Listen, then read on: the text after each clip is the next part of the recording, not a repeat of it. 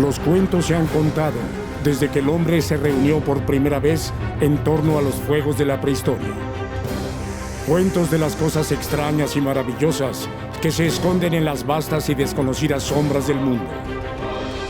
Cuentos de criaturas divinas y bestias demoníacas, de dioses y reyes, de mitos y monstruos, desde los bosques oscuros hasta las tierras de hielo, desde los desiertos hasta los mares azotados por las tormentas.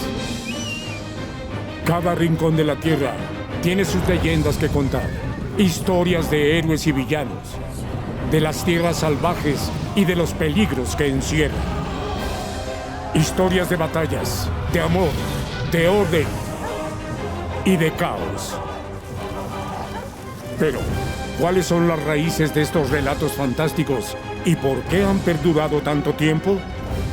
En esta serie, exploraremos la historia detrás de estas leyendas y revelaremos las influencias que les dieron forma. La guerra y la enfermedad, la agitación religiosa y social, la indomable ferocidad del mundo natural. Y sobre todo, los monstruos aterradores que nos acechan. Mitos y monstruos.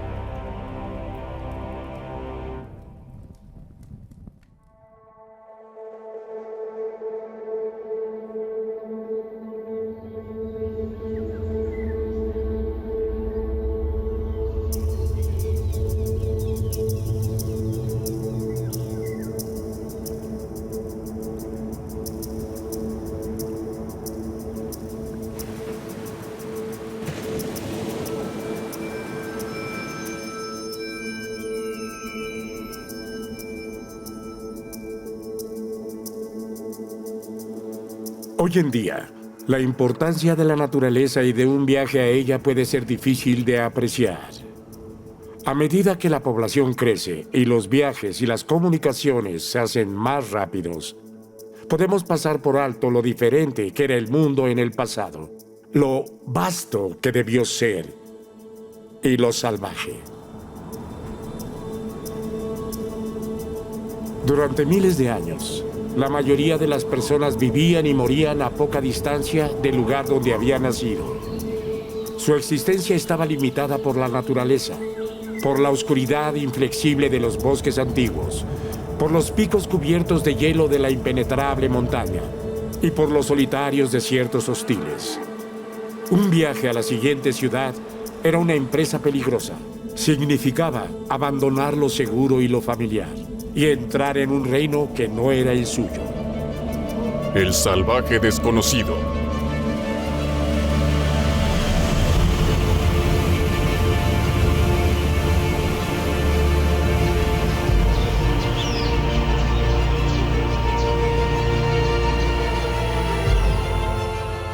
El espacio natural suele definirse como un lugar que es sin cultivar, deshabitado por los humanos y a menudo es un espacio liminal. Los espacios salvajes son los lugares que no conoces, los lugares a los que no vas, los lugares en los que no tienes nada que hacer. Son los espacios de la total oscuridad. Lo que cuenta como salvaje y lo que cuenta como natural es en gran medida construcción humana. Nosotros decidimos dónde empieza y dónde acaba lo salvaje. Así que eso hace que sea un lugar muy fértil para producir historias como el trabajo de las culturas donde están esos límites. Te enfrentas a la diferencia, te enfrentas a un mundo que no es el tuyo, a lo desconocido. Es peligroso y desordenado, pero también es natural y libre. Y en muchos sentidos es el escenario perfecto para los mitos o las leyendas. La gente llenará el desierto que le rodea con lo que teme en sí misma, lo que teme en su propia sociedad. El desierto es el lugar donde expulsamos todo lo que no nos gusta en nosotros mismos, en nuestra cultura, en nuestra sociedad.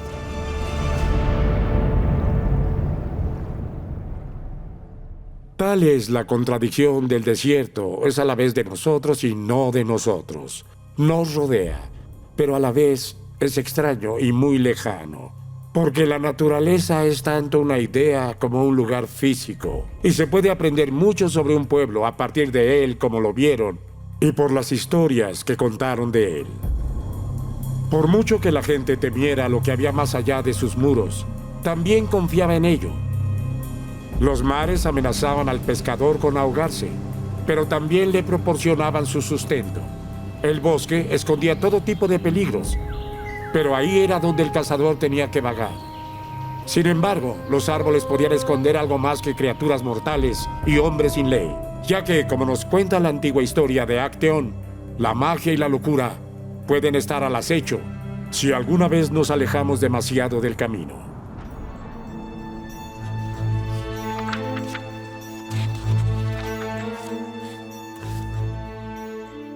Acteón había vagado lejos de su casa. El joven cazador hacía tiempo que había superado las puertas de la ciudad y los campos en los que los campesinos que se quitaban el sudor de la frente se habían parado para seguir su avance hacia la oscuridad de los bosques. Acteón no temía ese desierto. Despreciaba las supersticiones de otros hombres. El bosque, pensó, era su reino, tanto como la calle de la ciudad. Mientras Acteón descansaba en un claro sombreado, escuchó de repente un sonido desconocido. Atraído por la extraña música, Acteón se adentró cada vez más en el espeso bosque. Separó las últimas ramas y se quedó mirando la arbolada que había más allá.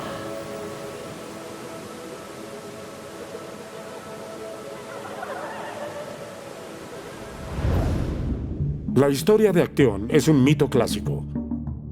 Para los antiguos griegos, el joven cazador se enfrentaba al peligro en el momento en que salía de los muros de su ciudad y se adentraba en la naturaleza. Para los griegos, la vida humana giraba en torno a la ciudad. Atenas, con sus resplandecientes templos, fue la cuna de la democracia. En su época dorada, se convirtió en un centro floreciente de arte y filosofía. Sócrates y Platón llamaron a la ciudad su hogar, al igual que los grandes dramaturgos Eurípides y Sófocles. Sus obras ayudaron a dar forma a la literatura y el pensamiento occidentales. Y aún se leen y debaten hasta el día de hoy. Atenas no solo era una potencia cultural, sino también militar, con una armada que dominaba el mar Egeo. Sin embargo, esta supremacía no era indiscutible, ya que Atenas tenía un rival. Otra gran ciudad de la antigua Grecia conocida por su austera disciplina y la habilidad de sus guerreros hoplitas. Esparta era más que un rival para Atenas. La larga guerra entre las dos grandes ciudades consumió el mundo griego antiguo y acabó con la edad de oro de Atenas. Ciudades como Atenas y Esparta eran el reino humano. Lo que había más allá pertenecía a otra cosa.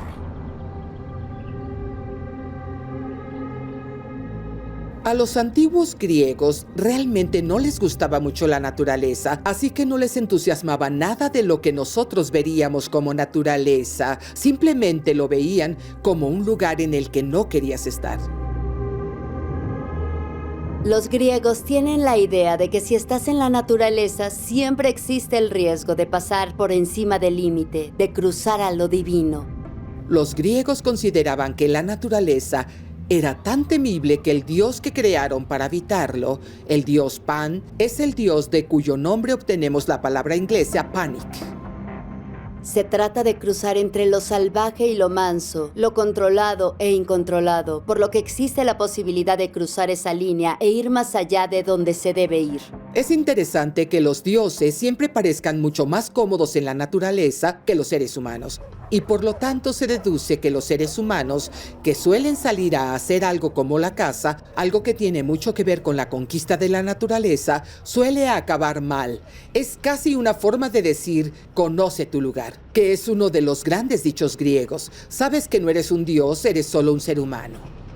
Para los griegos hay un sentido muy real de que esa frontera entre el lugar donde están los humanos y donde está lo divino es muy delgada. Y si estás en la naturaleza, si estás en lo salvaje, puedes caer a través de él sin querer. Para los griegos, la naturaleza era un lugar aterrador en el que las leyes de la sociedad no tenían cabida. En cambio, pertenecía a lo divino, a lo monstruoso, a lo loco. Era un lugar de tabúes rotos y castigos terribles. Era todo lo que no era una ciudad. Como tal, cumplía un importante papel para los griegos. Al explorar lo que había más allá de los límites de la sociedad, la gente definía también lo que había dentro de ella. Al contar historias de los monstruos de fuera, comprendían mejor a los de dentro. Mitos y monstruos. Mitos y monstruos.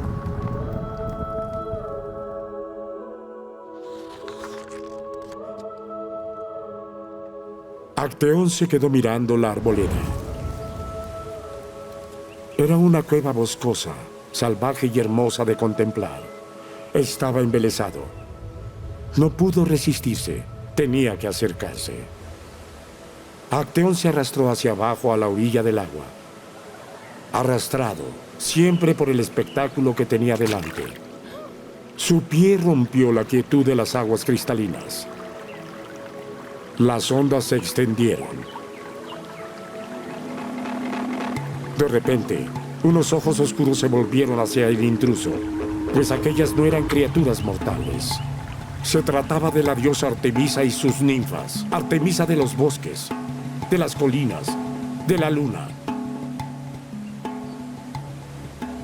La diosa se mantuvo envuelta en su furia salvaje. Acteón corrió. El encuentro de Acteón con la diosa Artemisa no habría sorprendido a los antiguos griegos. Para ellos, la naturaleza no era lugar para el hombre.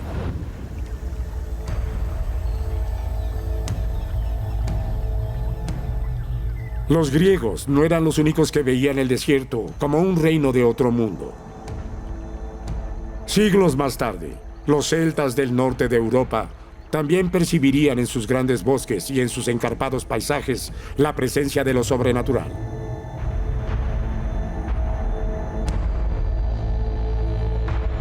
Los celtas eran un pueblo precristiano. Sus orígenes en Europa central se remontan al siglo IX a.C. En su apogeo, la cultura celta se extendió hasta el sur de la península ibérica y hasta el este de la actual Turquía.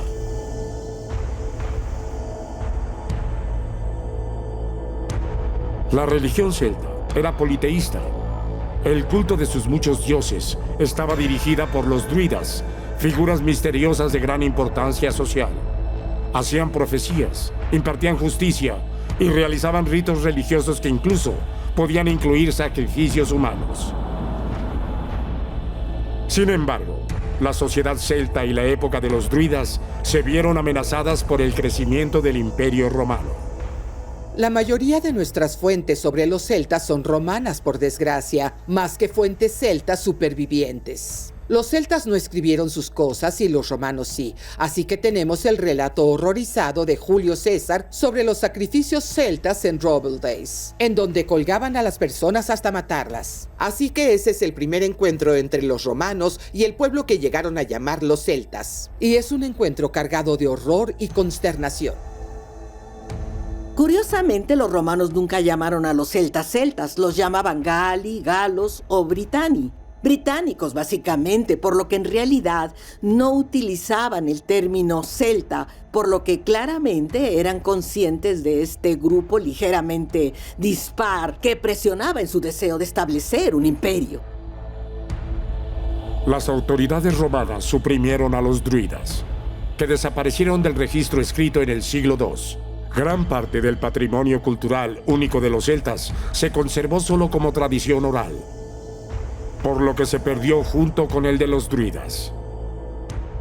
Los druidas eran un reto para los romanos porque eran muy reservados, no les gustaba ni siquiera escribir cuáles eran sus creencias o sus rituales, y eso era un problema.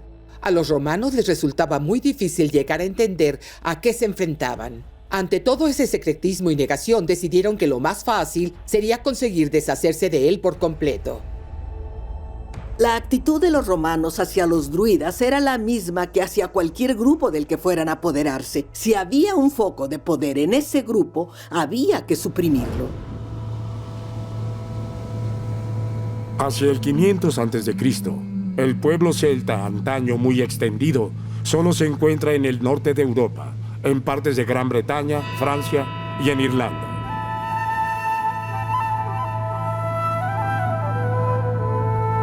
Allí sobrevivieron algunas tradiciones antiguas que fueron recogidas por los escritores cristianos posteriores al medievo. Historias de los dioses que adoraban, de los reyes a los que servían y de los desiertos que los rodeaban. La calzada del gigante, en la costa de Irlanda del Norte, es hoy Patrimonio Mundial de la UNESCO. Son 40.000 columnas geométricas de roca que alcanzan alturas de más de 10 metros y se extienden desde el borde del acantilado hasta el mar y más allá. Hoy sabemos que son el resultado de una antigua actividad volcánica, pero los celtas tenían otra explicación.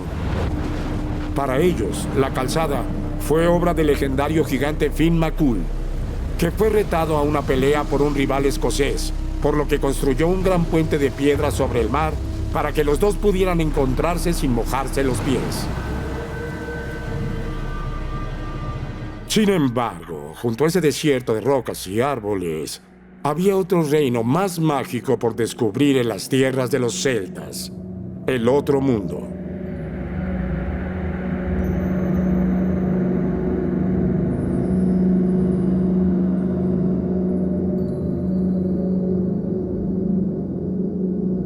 El otro mundo celta era un reino sobrenatural, un reino que existía junto al nuestro y paralelo al nuestro. Es un mundo que tiene sus propias leyes, habitantes, estructuras de poder y naturaleza. Es como algo que siempre está ahí, no desaparece. Así que está muy localizado en el exterior, el más allá, lo salvaje. Se puede vislumbrar en las nubes o en la niebla fugaz, en la media luz o en las sombras. Estaba a la vez aquí y en otro lugar.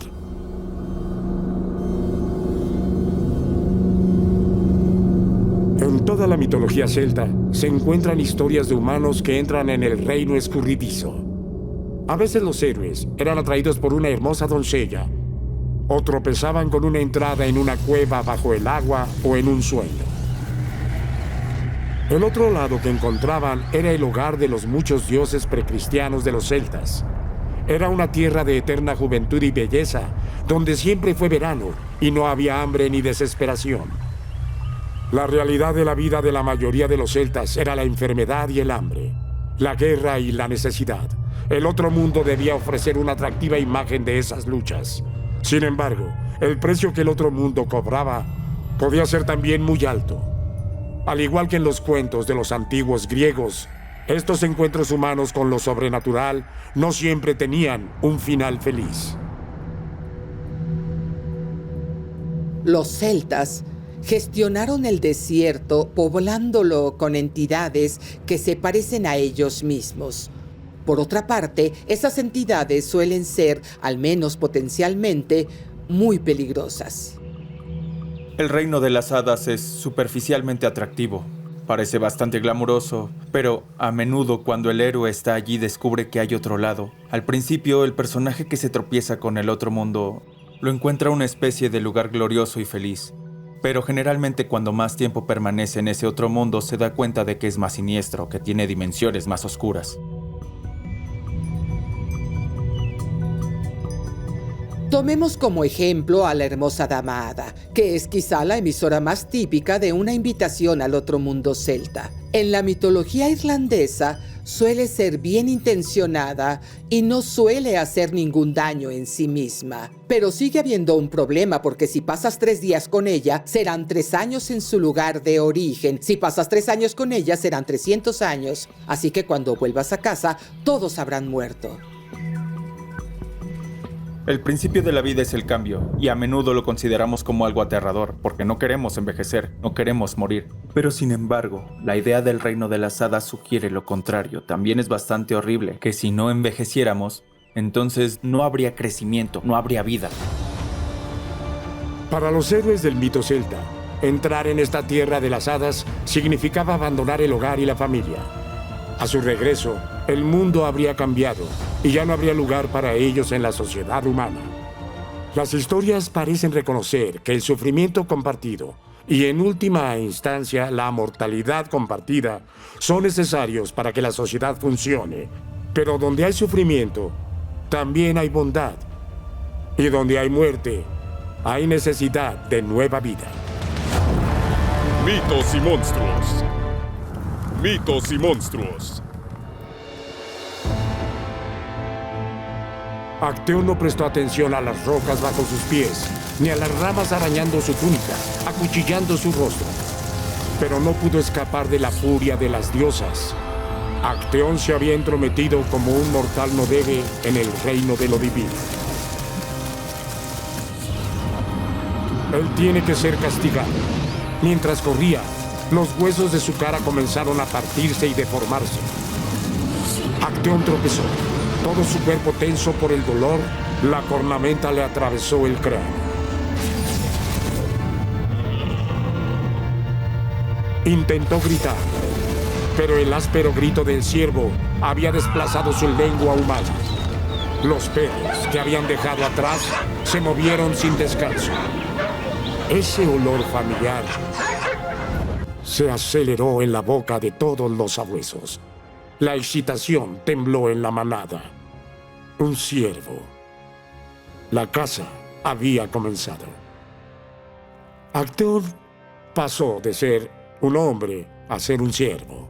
Sus perros pasaron de ser fieles compañeros a ser depredadores con colmillos. La transformación de estos perros golpea una ansiedad muy humana. Nuestras comunidades están ordenadas. Las leyes rigen nuestro comportamiento. Los delitos se castigan. Pero en el mundo natural pueden parecer que reina el caos. Al igual que Acteón y sus sabuesos, nuestro control sobre la naturaleza es siempre tenue. Hay cosas que escapan a nuestro control. Estamos expuestos a la ferocidad aleatoria de la naturaleza.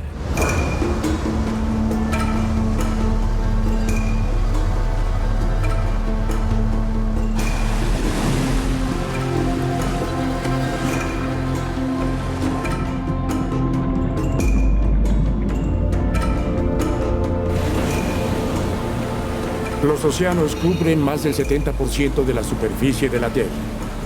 Casi todas las civilizaciones de la historia los han explotado para alimentarse, comerciar o transportarse. Pero si las aguas trajeron oportunidades, también representaban un peligro. Estabas a merced del viento y las tormentas. Salir de la vista de la orilla era una experiencia peligrosa que solo realizaban los sastres experimentados. Era bastante normal que los marineros tuvieran miedo al mar. No es que las personas que cruzan el mar se sientan cómodas o a gusto con él. En realidad, cuanto más tiempo pasas con el mar, más desconfías de él. Incluso los marineros experimentados pueden ser sorprendidos por el comportamiento de las olas, por las corrientes, por el clima. Los marineros no solo temían el viento y las olas. A lo largo de la historia, ha habido relatos de extrañas criaturas que viven en la fría negrura de las profundidades. Las serpientes del Atlántico Medio acechaban a los barcos de la Marina Real. Las enormes ballenas diabólicas que vieron los primeros exploradores irlandeses y, por supuesto, el famoso monstruo del lago Ness en Escocia. Sin embargo, ninguno es más aterrador que la criatura que se dice habita en las costas heladas de Noruega y Groenlandia. El espejo del rey, un antiguo manuscrito noruego del siglo XVIII, hablaba de una criatura que nunca había sido capturada. Una bestia tan grande que los marineros la confundían con tierra. Un ser enorme que devoraba peces, hombres e incluso barcos enteros. Lo llamaron la Abgufa. El Abgufa es un monstruo marino que aparece en la saga de Orvarod. Este monstruo marino es enorme y pasa la mayor parte del tiempo bajo el nivel de la superficie del mar, por lo que lo único que se ve de él son sus fosas nasales y sus colmillos, y cuando sale a la superficie parecen dos grandes rocas escaparadas que sobresalen del mar. Su nombre se compone de dos elementos, las antiguas palabras nórdicas que significan mar, haf, y gufa, que es vapor. Así que tal vez sea algo de su aliento lo que sale a la superficie con aspecto de niebla marina. Es una especie de pesadilla marítima que ilustra la forma en que las profundidades del océano son el último desierto, el último espacio desconocido. Las historias circularon entre los pescadores y comerciantes del norte durante décadas. Algunos comparaban a la criatura con un cangrejo gigante. Otros decían que era más bien un calamar con enormes tentáculos que atrapaba a barcos y marineros por igual. Pero todos coincidían en que ni siquiera los mejores barcos de guerra podían resistir su ataque. Con el tiempo, surgió un nuevo nombre que se mantuvo. La bestia fue apodada como el Kraken.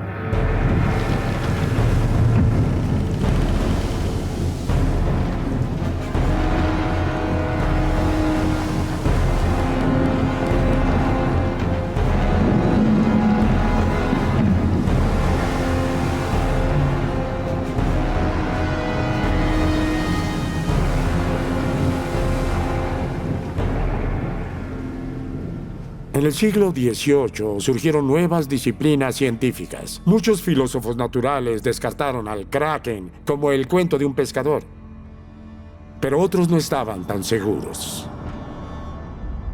El zoólogo sueco Carl Linnaeus lo describió como un singular monstruo de los mares noruegos. El obispo danés Erik Pontoppidan también creía en las historias, pero afirmaba que el verdadero peligro no estaba en la criatura, sino en los mortíferos remolinos dejados a su paso. La ciencia moderna da más credibilidad a las historias de lo que se cree. La leyenda del Kraken puede ser el resultado del encuentro de los marineros con un calamar gigante. Estas criaturas de aspecto sobrenatural rara vez salen a la superficie, pero pueden llegar a medir 13 metros o más, y se cree que hay calamares aún más grandes, desconocidos para la ciencia al acecho. Si ves un calamar gigante y estás en un barco muy pequeño, es una experiencia aterradora. Tienen un aspecto antinatural, tienen los ojos más grandes en proporción a cualquier otro animal, por lo que parecen increíblemente poderosos y pueden hacer cosas mágicas como lanzar chorros de tinta de su cuerpo. Así que hay mucha incomodidad asociada con este tipo de criatura y por lo tanto figuran muy a menudo en las historias de terror. Quiero decir que hay uno en 20.000 leguas de viaje submarino. Hay uno en el libro de Victor Hugo. Los trabajadores del mar a menudo aparecen como oponentes del hombre, una especie de personificación del propio océano, en su imprevisibilidad, en la enormidad y su poder. El terror y la confusión al ver semejante criatura pueden haberse intensificado por la condición de los propios marineros.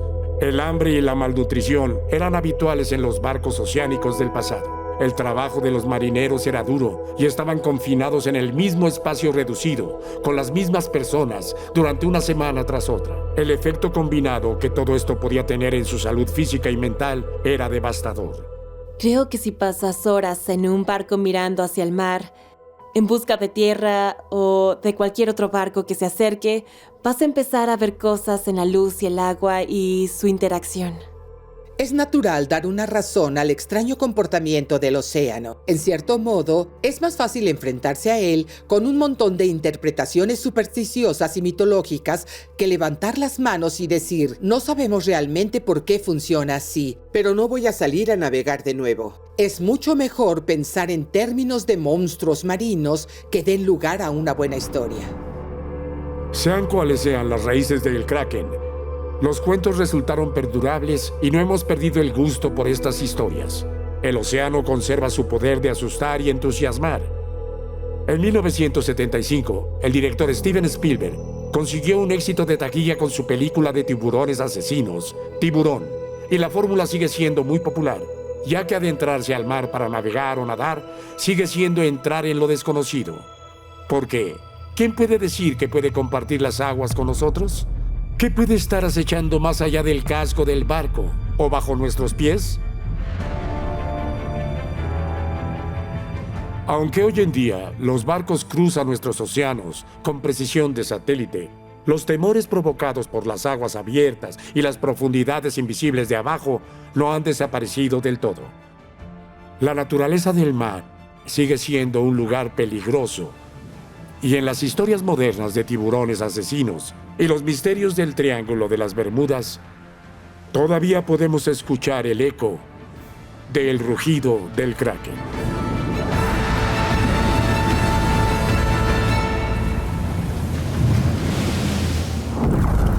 Mitos y monstruos.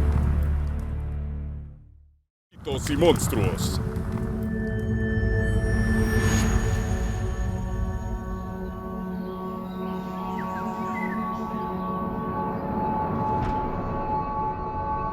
Durante miles de años, Europa estuvo cubierta de bosques. Incluso los mayores asentamientos y ciudades eran simples pizcas de luz entre una vasta oscuridad boscosa. No debe sorprender entonces que el bosque sea un escenario habitual en los mitos y leyendas del continente. Era a la vez misterioso y familiar, peligroso, pero al alcance de la mano. Era un lugar de magia y aventura, una tierra salvaje que acechaba en el fondo del campo o más allá de las puertas de la ciudad. El bosque es uno de esos espacios silvestres en los que se encuentran cosas temibles que nunca habías visto y que solo puedes imaginar al acecho. Los bosques suelen tener un valor particular en el perfil de esa cultura concreta. Los bosques son lugares donde acaban las personas que no han tenido éxito en las tierras de cultivo. Acaban allí porque pueden permitirse vivir allí porque nadie es dueño del bosque. No se les puede impedir vivir allí. Por lo tanto, se asocian con el miedo a no triunfar, con el miedo a fallar a tu familia, a tus hijos, a no proveer.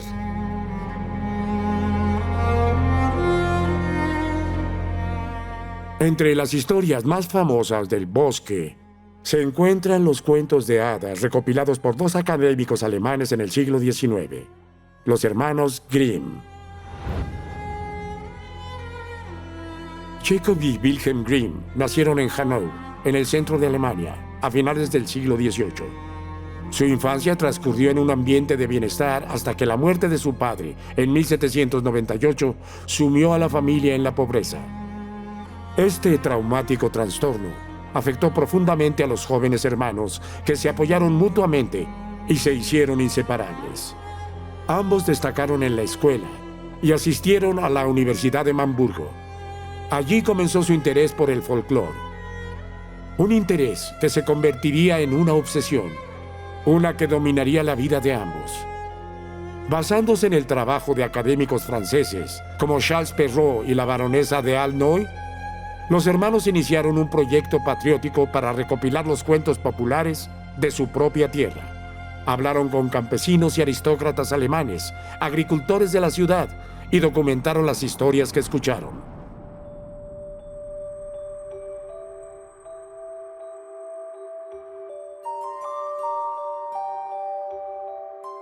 Los cuentos de los hermanos Grimm fueron recogidos de las personas que vivían en Hesse, que aunque estaba bastante industrializada en la época de los Grimm, tenía muchos bosques. Alrededor del 10 o 11% del Reino Unido está cubierto por lo que llamaríamos bosque. En Alemania, incluso hoy en día, es algo así como el 35%. Hay bosques por todas partes. Hay una razón especial para ello. Los alemanes valoran mucho la naturaleza virgen. Eso es simplemente un hecho cultural. Y eso significa que, en cierto modo, los alemanes valoran un encuentro radical con la alteridad, representado por el bosque en sus interpretaciones de los cuentos de hadas. Son historias transmitidas por familias que vivían en esos bosques y que a menudo llevaban vidas muy difíciles y empobrecidas. Los Grimm recopilaron cuentos de toda una serie de historias, en su mayoría de amigos y vecinos de la clase media burguesa y de personas de su propio círculo social. A menudo tomaban varias versiones diferentes de la misma historia, tomar las partes que les gustaban, canibalizarlas en efecto y combinarlos en una nueva historia.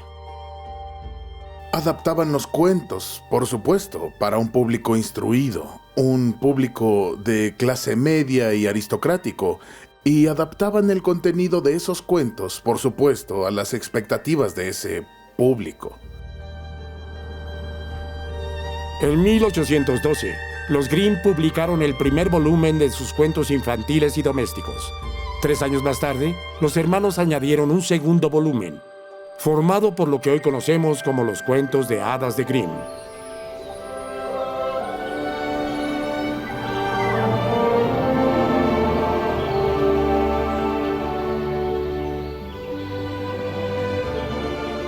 Tras su primera publicación, los hermanos pasaron las 4 décadas siguientes revisando y ampliando su colección. La séptima y última edición de 1857 contenía más de 200 cuentos.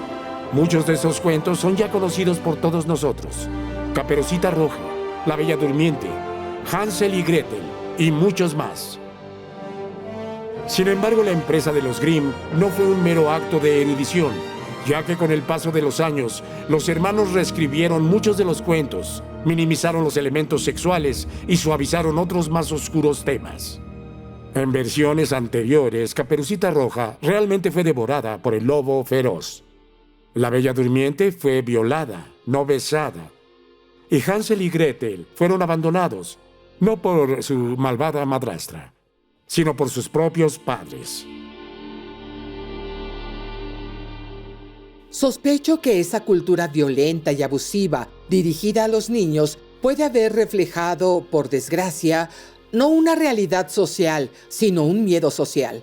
Tendemos a atribuir a otras personas tendencias abusivas y violentas hacia los niños, en lugar de considerar que nosotros mismos tenemos esas tendencias. Nos pasa con los padres de Hansel y Gretel que tienen hambre y por eso abandonan a sus hijos en el bosque, porque no pueden trabajar lo suficiente para proveerlos. La razón por la que necesitamos contarnos estas historias es porque necesitamos estar seguros de que no somos esa gente. Necesitamos diferenciarnos de esas personas y hacer que seamos mucho más cariñosos y cuidadosos como padres. Algunos han interpretado estas historias como cuentos de advertencia. Caperucita Roja nos dice que obedezcamos a nuestros mayores, que tengamos cuidado con los bosques y también con los extraños de fuera de nuestras casas. Otros han adoptado un enfoque más psicoanalítico, empleando los conceptos de Sigmund Freud. El bosque oscuro es un símbolo de la mente inconsciente, obediente e inocente. Es el arquetipo femenino. El lobo, en cambio, hambriento y agresivo, es el macho. Cuando se encuentran más tarde en casa de la abuela, Caperucita reconoce al lobo disfrazado, pero no huye. En cambio, se mete en la cama con él. La escena es una seducción y Caperucita Roja es una participante voluntaria. Los cuentos de hadas, como todo, tienen un elemento de contenido que no es explícito en la superficie. Los psicoanalistas también han afirmado que los cuentos de hadas nos comunican a nivel inconsciente, en particular comunican a los niños a nivel inconsciente. En la vida real, los lobos rara vez atacan a los seres humanos. De hecho, son bastante sensatos. Por lo tanto, se deduce que los lobos deben ser simbólicos y no representar una amenaza real. Lo que parecen representar es el miedo a que los seres humanos que viven en los bosques se vuelvan salvajes y leñeros. Representan esa especie de interior salvaje que debe ser cuidadosamente contenido y controlado por la civilización. Si el lobo es un símbolo de la naturaleza salvaje que nos acecha a todos, su frecuente presencia en estas historias nos recuerda que, por muy grandiosos que sean nuestros monumentos, por muy elegantes que sean nuestras leyes, la civilización es, en última instancia, una ficción, un barniz mucho más delgado de lo que nos gustaría admitir. El más pequeño de los resbalones puede ver cómo se agrieta y se suelta del interior salvaje ese lobo de forma aterradora. Los sabuesos de Acteón se lanzaron a través de los arbustos y los árboles como nunca antes lo habían hecho. El cazador transformado impulsó sus miembros desconocidos. Detrás de él iba Melampo Pienero, veloz como el viento. A su lado es Nacho, el más feroz de todos. Y Seferet, su favorito, que no conocía la llamada de su amo. Acteón siguió avanzando por el bosque, pero los árboles se cerraron a su alrededor. No había ningún lugar hacia donde correr. En cada lado los voraces perros rodearon a su amo el ciervo. Los dientes se hundieron en la carne, desgarrando y cortando, rasgando y mordiendo. Así que acabaron con la vida de Acteón y calmaron la ira de los dioses. La muerte de Acteón se produce muy lejos de casa, en lo más profundo del bosque indómito. Su historia es una de las más famosas y duraderas de toda la mitología griega. Ha inspirado a escritores, escultores y artistas en generación tras generación. Pero aunque la época de los antiguos griegos ya ha pasado, nuestra fascinación por lo salvaje y desconocido no se ha visto mermada. A lo largo de la historia, las sociedades han utilizado la naturaleza para explorar lo que nos asusta del mundo y de nosotros mismos. Para entender lo que significa formar parte de una familia, de una comunidad, y lo que significa perder esas cosas. La naturaleza es, en algunos aspectos, lo contrario de civilización, pero también hay un sentido en el que llevamos un poco de naturaleza salvaje en nosotros. La naturaleza también se hace un lugar para explorar lo que sucede cuando los humanos se vuelven demasiado civilizados. ¿Qué significa cuando vamos demasiado lejos y empezamos a ser demasiado artificiales y falsos? Puede que sean las montañas, puede que sea el brezo. Es el lugar donde, como no tienes una gran visión racional, puedes llenarlo con lo irracional. Las partes de ti mismo que normalmente reprimes o aplastas. Nos llama continuamente como algo indomable y nos atrae el atractivo de domarlo, pero nunca se someterá a nuestro control.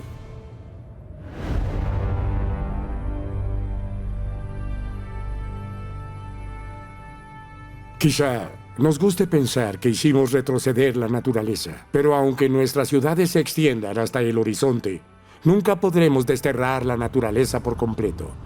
Podemos sentirlo en el silencio de un bosque abandonado o en el rugido de la tormenta que se desata en una ladera lejana.